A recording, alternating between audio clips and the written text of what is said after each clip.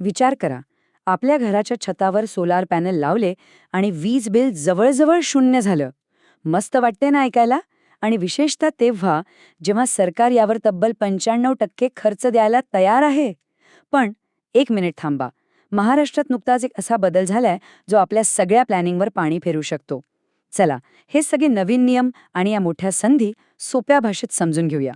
जर याचं उत्तर हो असेल तर पुढची काही मिनिटं खूप महत्त्वाची आहेत. कारण एकीकडे सरकार भरघोस मदत देते, पण दुसरीकडे काही असे नियम आहेत जे समजून नाही घेतले तर अर्ज नाकारला जाऊ शकतो किंवा जेवढा फायदा अपेक्षित आहे त्याच्यापेक्षा खूपच कमी फायदा मिळू शकतो. हो, अगदी बरोबर ऐकलंय. 95%. म्हणजे समजा 1,00,000ची सिस्टम बसवायची असेल तर आपल्या खिशातून फक्त 5,000 रुपये जातील.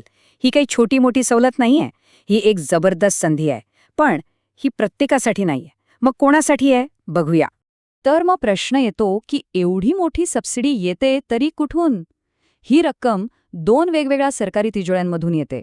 एक आहे केंद्राची म्हणजे दिल्लीतून आणि दुसरी आहे आपल्या राज्याची म्हणजे मुंबईतून. चला बघूया या दोन्ही योजना नक्की काम कशा करतात. बघा, पहिली योजना आहे PM सूर्यघर.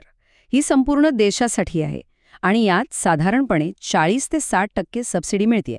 पण आपल्या महाराष्ट्र सरकारने एक पाऊल पुढे टाकलंय. त्यांनी आणली आहे स्मार्ट योजना.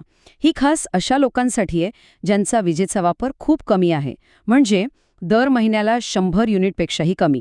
ज्यांना जास्त गरज आहे त्यांना जास्त मदत, आणि म्हणूनच इथे सबसिडीचा आकडा थेट 80 ते 95% पोहोचतो. आता जरा आकडे बघूया. जर विजेचा वापर 100 युनिटपेक्षा कमी असेल तर केंद्र आणि राज्य दोन्हीकडच्या सबसिडी एकत्र मिळतात. म्हणजे BPL कुटुंबांना जवळजवळ 47,500 रुपयांची थेट मदत, अनुसूचित जाती जमातीच्या कुटुंबांना 45,000 रुपये आणि इतर ग्राहकांना सुद्धा तब्बल 40,000 रुपयांची सवलत मिळते. म्हणजे एका छोट्या सोलर सिस्टीमचा जवळपास सगळाच खर्च सरकार उचलते. थांबा. हे सगळी चांगली बातमी ऐकून लगेच अर्ज करायला जाऊ नका. 1 मिनिट थांबा. कारण या गोष्टीत एक मोठा ट्विस्ट आहे.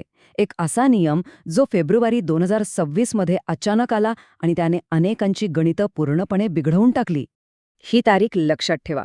13 फेब्रुवारी 2026. याच दिवशी MSEDCLने म्हणजे आपल्या वीज वितरण कंपनीने आपल्या वेबसाईटवर एक छोटासा बदल केला. पण त्या एका बदलाने सबसिडीवर सोलर बसवण्याचं अख्खं गणितच बदलून टाकलं. ह्या नवीन नियमाला म्हणतात कॅपॅसिटी कॅपिंग. आता हे काय आहे? सोप्या भाषेत सांगायचं तर तुम्ही किती मोठी सोलार सिस्टम बसवू शकता यावर सरकारने एक मर्यादा आणली आहे. म्हणजे आता भविष्याचा विचार करून मोठी सिस्टम नाही बसवता येणार. गेल्या एका वर्षात किती वीज वापरली त्याच आधारावर सिस्टीमची साईज ठरणार. अगदी असं की तुमची भूक किती आहे हे पाहूनच ताटात जेवण वाढलं जाईल, त्यापेक्षा जास्त नाही. आणि याचा परिणाम काय झाला? बघा, आधी कसं होतं, समजा पुढच्या वर्षी घरात इलेक्ट्रिक गाडी घ्यायची आहे किंवा अजून एक AC लावायचा आहे, तर त्या हिशोबाने आजच मोठी सोलर सिस्टम बसवता येत होती. पण आता तसं नाही. आता तुमचा भूतकाळच तुमचा भविष्यकाळ ठरवणार आहे. गेल्या वर्षी कमी वीज वापरली असेल तर भविष्यातल्या वाढीव गरजेसाठी मोठी सिस्टम बसवता येणार नाही. आणि हा अनेकांसाठी एक मोठा धक्का आहे. या बदलावर सोलर इंडस्ट्रीमधून खूप तीव्र प्रतिक्रिया आली. चिरायू पॉवरनं तर असं म्हटलंय की तो नियम जो एका रात्रीत बदलला आणि तोही ग्राहक, विक्रेते किंवा इन्स्टॉलर्सना एकही शब्द न कळवता. विचार करा, एका रात्रीत नियम बदलल्यावर किती गोंधळ उडाला असेल. तर हे कॅपॅसिटी कॅपिंग तर एक मोठा बदल होताच, पण तो काही एकमेव बदल नाहीये. अजूनही काही महत्त्वाचे अपडेट्स आहेत. विशेषतः जे लोक मोठ्या शहरांमध्ये, सोसायट्यांमध्ये राहतात त्यांच्यासाठी काही इंटरेस्टिंग गोष्टी आहेत. शहरांमध्ये, विशेषतः मुंबई, पुण्यासारख्या ठिकाणी हा एक मोठा प्रश्न असतो. लोक विचारतात, आमच्या सोसायटीच्या छतावर तर जागाच नाही, मग आम्ही सोलर कसं बसवायचं? हा प्रश्न जर अनेकांना पडला असेल तर त्यांच्यासाठी एक चांगली बातमी आहे. सरकारने यावर एक मस्त उपाय शोधलाय. या उपायाला म्हणतात व्हर्च्युअल नेट मीटरिंग, म्हणजेच VNM. हे अगदी सोपं आहे बघा. पायरी 1. सोसायटीतले सगळे मिळून एक मोठा सोलर प्लांट बसवतात. तो छतावर असो किंवा शहराबाहेर कुठेही. पायरी 2.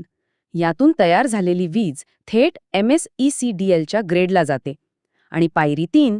त्याच्या बदल्यात प्रत्येक फ्लॅटधारकाला त्याच्या वाट्याची सवलत थेट त्याच्या लाईट बिलात मिळते.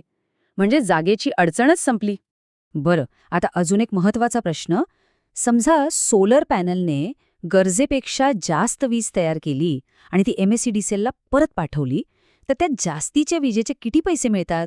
यासाठी राज्याच्या वीज नियामक आयोगाने म्हणजेच MERCने एक दर प्रस्तावित केला आहे आणि तो आहे ₹2.82 प्रति युनिट. याचा अर्थ MSDCLला जी अतिरिक्त वीज दिली जाईल त्यासाठी प्रत्येक युनिट मागे ₹2.82 मिळतील. तर आपण मोठी सबसिडी बघितली, नवीन नियम समजून घेतला आणि सोसायट्यांसाठीचे पर्यायही पाहिले. हे सगळं ऐकून आता मनात प्रश्न येत असेल की ठीक आहे, पण आता नक्की करायचं काय? चला तर आता अर्ज कसा करायचा आणि कोणती काळजी घ्यायची ते पाहूया. हा क्लिष्ट दिसणारा चार्ट पाहून घाबरून जाऊ नका. सगळ्यात महत्त्वाची गोष्ट ही आहे की अर्ज करण्याची प्रक्रिया आता सोपी झाली आहे. सुरुवात करायची आहे केंद्र सरकारच्या PM सूर्य घर पोर्टलवरून.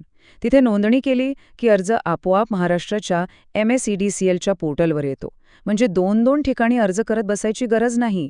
सगळं एकाच फ्लोमध्ये होतं, त्यामुळे गोंधळ कमी होतो. तर मग या सगळ्या चर्चेचा सार काय? काही सोप्या टिप्स आहेत. पहिलं, गेल्या वर्षाची सगळी वीज बिलं काढा आणि तपासा. वापर 100 युनिटपेक्षा कमी आहे का? असेल तर समजा जॅकपॉट लागला. दुसरं, सोसायटीमध्ये राहत असाल तर VNM बद्दल नक्की चर्चा करा. तिसरं, काम नेहमी MSEDCLने मान्यता दिलेल्या विक्रेत्याकडूनच करून घ्या, नाहीतर सबसिडी मिळणार नाही. आणि सगळ्यात महत्त्वाचं, अर्ज करायला उशीर करू नका, कारण सरकारी योजनांचा निधी मर्यादित असतो. इथे पहिला आव पहिला पाव असाच प्रकार असतो. शेवटी एक मोठा प्रश्न उभा राहतो. एका बाजूला आहे 95% अविश्वसनीय सबसिडी, जी सोलरला जवळपास मोफत करून टाकते. आणि दुसऱ्या बाजूला आहे भविष्यातल्या गरजेवर घातलेली मर्यादा. मग महाराष्ट्रासाठी हा एक फायद्याचा सौदा आहे की एक छुपा तोटा? या नवीन नियमांमुळे लोकांचा सोलरकडे बघण्याचा दृष्टिकोन बदलेल का? ह्याचं उत्तर प्रत्येकाला स्वतःसाठी शोधावं लागेल.